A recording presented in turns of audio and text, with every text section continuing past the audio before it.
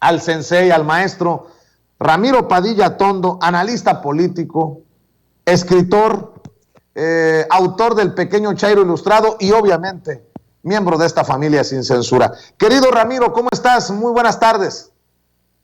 Mi querido Vicenzo, un gusto saludar al público de Sin Censura. Una disculpa por no haber aparecido ayer, pero estaba viajando en estos aviones, en estas líneas comerciales que ya sabes, nunca sabes a qué horas van a salir.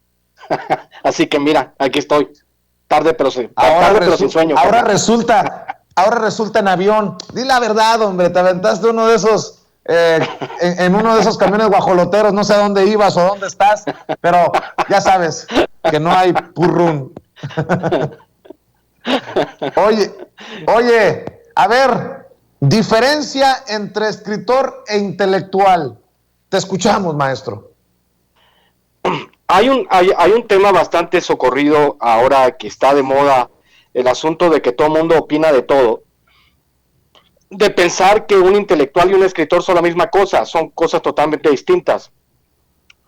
Un trabajador de la construcción puede ser un intelectual, un escritor no necesariamente tiene que ser intelectual. Me ha tocado mucho en las redes sociales lidiar con muchos cuates que piensan que tienen que opinar de todo. La verdad es que uno debe de opinar de acuerdo a su experiencia de vida, y en el caso, por ejemplo, de algunos poetas, algunos escritores de cuento, de novela, que están compelidos porque tienen un grupo social que los empuja a opinar de los temas más relevantes de la actualidad, pues en realidad no son intelectuales, son tontos que tienen acceso a un micrófono. Entonces tenemos un problema porque de ahí nace esta confusión, nace la confusión de pensar de que cualquier escritor es intelectual, y no es cierto. Yo de hecho una vez tuve una discusión con un amigo poeta, donde él me decía, empezó a enumerarme las cosas, lo terrible que era este régimen para él, lo que había sucedido. Entonces yo le pregunté primero si él era capaz de escribir un ensayo sobre poesía. Pues el cuate se me quedó mirando y me dijo que no. Entonces le digo, si tú eres incapaz de escribir un ensayo sobre poesía, sobre tu esfera de experiencia, pues eres aún más incapaz de saber qué es lo que está pasando en realidad con los elementos de análisis que tienes. Me ha sucedido con cuentistas, con novelistas, que piensan, incluso, te lo voy a decir, mi querido Vicente, incluso sucede con los más grandes intelectuales del país. O sea, son tan malos para interpretar la realidad, pues que tienen que depender del dinero público para elaborar un discurso, y ese discurso que elaboran básicamente pues es falaz y es muy básico. Yo siempre lo he dicho, si tú en este país les pagaste cientos de millones de pesos a un montón de intelectuales para que armaran un discurso que justificara el régimen neoliberal y fracasaron miserablemente, si ellos, los más grandes intelectuales, los que están en el top 50 los más grandes intelectuales de Latinoamérica, fueron incapaces de elaborar un discurso al menos coherente, pues ¿qué esperamos de la demás fauna intelectual de este país?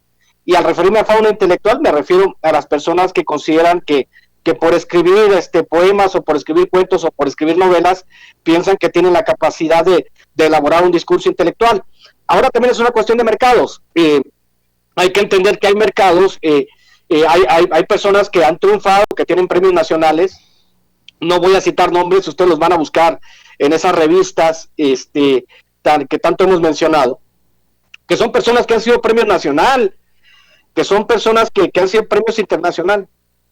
Y estas personas son incapaces de entender lo que está sucediendo en el país, y no necesariamente porque estén de acuerdo con nosotros, sino porque deberían de entender que si van a elaborar un discurso, al menos deben de prepararse y leer, y comparar pasado, presente, y tratar de entender qué puede suceder a futuro, que es el asunto que hemos tenido.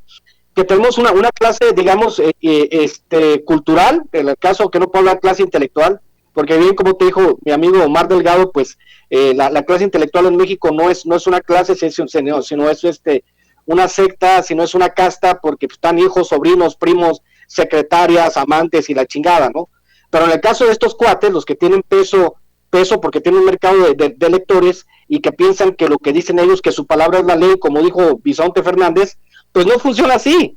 O sea, para poder elaborar un discurso que esté de acuerdo a lo que sucede en el país, hay que prepararse, hay que leer, y hay que dejar de lado, sobre todo, hay que dejar de lado las filias y las fobias, porque no se trata de tener una filia o una fobia, no se trata de decir, es que yo soy socialista y soy de izquierda y amo todo lo que hace la izquierda, porque en el caso de nosotros, el tuyo, el mío, de muchos de los que participamos aquí en Sin Censura, obviamente nosotros nos la pasamos criticando a Morena, no estamos de acuerdo con Mario Delgado, no estamos de acuerdo con Ricardo Monreal, no estamos de acuerdo con lo que hace muchas veces Marcelo Ebrard.